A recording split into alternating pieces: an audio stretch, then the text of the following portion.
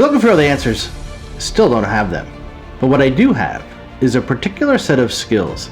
Skills I've acquired over a very long career. Skills that make me a nightmare for people who mislead, misinform, or misrepresent the sports card industry. So if you don't do that, I'll let it go. But if you do, I'm going to talk about you. Not going to talk about you, not going to talk about you today though. Today a little something different that I have planned for us, and I hope you guys enjoy it. First, thank you so much for the continued support. If you're new to the channel, welcome. And if you've been here before, welcome back. And if you haven't already, please hit the subscribe and the like button. Even if you don't like what you see, hit the like, hit the subscribe button. And if you are interested in getting the pre-grading checklist that I talked about from last episode, which a lot of you have taken me up on the offer, and I think it's just terrific, is you still can do so. Just send an email to sportscardinvestigator@gmail.com, all one word. You may see it scrolling underneath as I'm saying this, with checklist in the subject matter line, and I will be happy, be my pleasure to send you guys a copy. So, recently, I've been hearing a lot of grumblings in our community, some worry, a little panic, even a little anger towards different issues that have recently arisen. Is it arose or arisen? I don't know. Grading company concerns, card prices falling, crashing. Are they overprinting cards now? The lack of retail. I was going to say the death of retail, but I think that's a little premature because you can still get it. It's just harder to find. Just a lot of uncertainty in the hobby in general.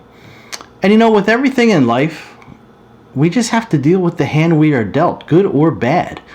And unfortunately, unlike poker, we can't bluff our way through life. In life always calls our bluffs. So what should we do? Well, sometimes we just have to take a moment, reflect, take a step back, reevaluate. Just take a pause, see what we're doing and how we can do things going forward that would be make us successful, right? Don't mean to get heavy, but it's just facts. Walter Hagen, great golfer, once said, "Don't hurry, don't worry, and be sure to smell the flowers along the way." In other words, as we go through life, take some time, stop, and smell the roses. We all need a moment to reflect on things. A little while back, I was on Dustin, the Personal Finance Dad show. I've become friends with Dustin over time, and I had a great time on his show. It was a fun time. He's a terrific content creator, and if you haven't checked him out, please do so.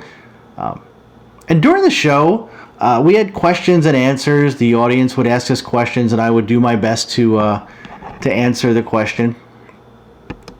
And one of the questions came from my son Tyler. He said, "Hey, which of those cards behind me, is my favorite in that case?" And I thought for a second. I thought, I don't know, Zion, Purple Wave, maybe the Steph rookie card. Most of the time, I think of cards as commodities, right? Something I buy and sell. Hopefully buy them for cheaper than I will end up selling them. After the show, Tyler called me. He said, "I thought the appearance was good, but when I asked what your favorite card was behind you, I was kind of surprised that you didn't say it was the Mike Trout rookie card." And I thought for a second and thought about that card specifically and its history, which you'll hear in a second. And I said, "Ty, that's not a favorite card. It's a favorite memory." My dad was a really good athlete. He played baseball and basketball at a high level. In fact, after high school, he got drafted. Not by sports teams, but he got drafted into the Army. And he loved telling stories, right? When he was in basic training, that they would put these recruits in a room, and they would fill the room with tear gas. He said that when he was going through that part of the training, the drill sergeants would come over to him and tell him to lift up the recruits' masks, and they would ask a bunch of questions. So when it was his turn, he went in there. They told him to lift up his mask, and they basically said, what is your name? What is your rank? What is your serial number? And by the way, I heard you play basketball, and you're pretty good.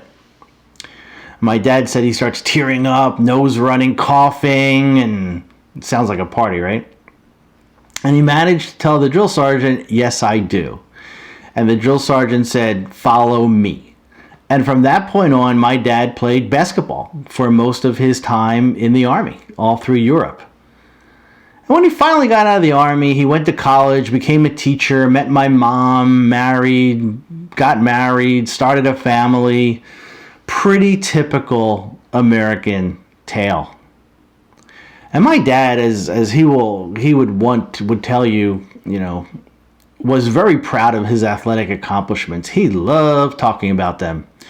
And well, to be honest, he loved talking about anything. He loved telling stories. I mean, he was a great teacher. He just loved expressing himself and just talking with people. And I suppose the apple doesn't fall far from the tree. He lettered in basketball and baseball in high school and even played semi-pro ball for a while out, when he got out.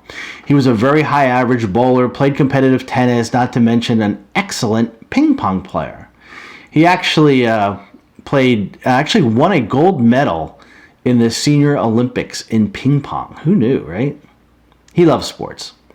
Well, his lifelong dream was to have his athletic career somehow memorialized by being inducted into the Millville, New Jersey Sports Hall of Fame. Later in life, I think he thought that ship had sailed. But miraculously, back in 2008, he called me. He was excited. He was really excited. Now, the call itself wasn't unusual. My dad would call me daily, sometimes 2 or 3 times a day.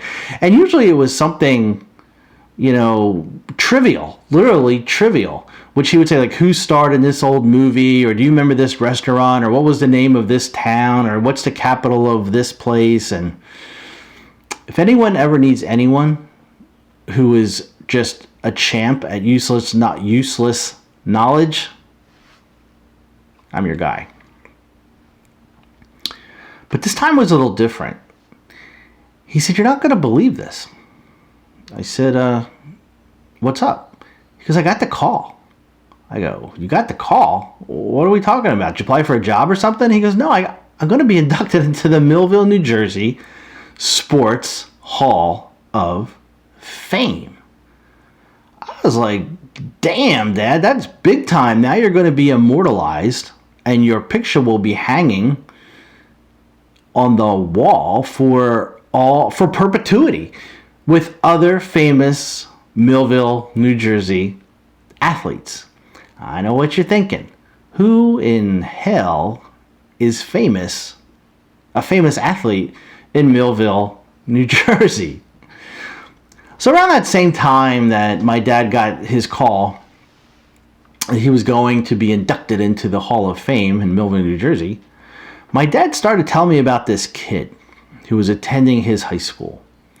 And he still had friends that lived back in Millville and a lot of connections back there. And he just said there's a lot of buzz around this kid. My dad said that this kid is a stud. He's a special type of athlete. And my dad said he played basketball, which he was good at, but this kid really excelled in baseball. Well, how good? Well, during this kid's senior year, he batted .531 with 18 home runs, 20 steals in only 81 at-bats. That year, Baseball America named this kid high school All-American outfielder. Not too bad. And he's turned out to be a pretty good major leaguer. You may have heard of him. Mike Trout. So getting back to my dad's Hall of Fame induction. I said, so you think it's baseball or basketball? He said, I'm not sure because I was really good at both. Actually, borderline great. So he said it could be either one, but the person told me that I was going to be inducted. She was just the admin person. She didn't have any other details, just to let you know that, my name was called and I'm going to be inducted. And she asked if I was going to come, and I said I don't know because he was living in Florida. now, so he didn't know if he would be able to make it up for the induction ceremony. But in any case, he would be mailed a copy of the plaque, and when I get it, I'll let you know. Awesome, right? So sometime later, I don't know what it was, I got a call from my dad. He was laughing his ass off. I couldn't even understand a word he was saying. He was laughing so hard he could hardly speak. I said, "What is so funny?" Then I heard my mom in the background yell, "Dad got his plaque." And I'm like, "Oh, nice. Baseball or basketball?" And he said, barely audibly, "Tennis." Tennis? He said, "I was inducted into the Millville, New Jersey Hall of Fame, Sports Hall of Fame, because I was on the 1950 tennis team." Like, what? I didn't know you were on the tennis team. He goes, "I had forgotten." He goes, "I was the manager on the team. One of my friends was on the team and they needed a manager, so he asked if I would do it, and I had some spare time, so I did it." He said, "I completely forgot about it." I go, "They must have been pretty good, right?" He goes, "Yeah, they were. They were 10-0 in this, and they were South Jersey champions, and they were state champs that year, and they were really, really good for a few years." I paused for a sec, and I said, "You know what? Who cares, right? You're in, and you're going to be remembered forever in the Millville, New Jersey Sports Hall of Fame." Years later, when that other athlete from Millville, New Jersey started to do well in the major leagues, I joked with my dad all the time. I said, "Hey, one day when Mike makes it into that Hall of Fame, I guess he will eventually, you and him will be forever linked in the Millville, New Jersey Hall of Fame." And he got a kick out of that.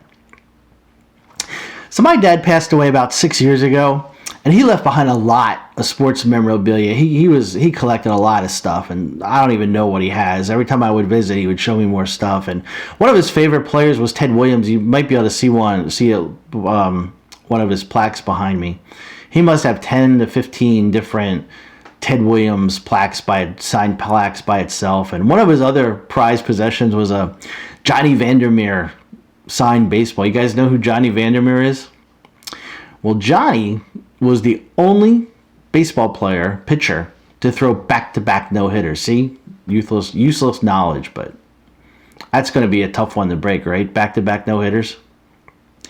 But anyway, every once in a while, my mom will come across a box or a bag of sports stuff that my dad had stashed away, and she'll send it to me. And one day, my mom called and said she found some baseball cards and some other crap.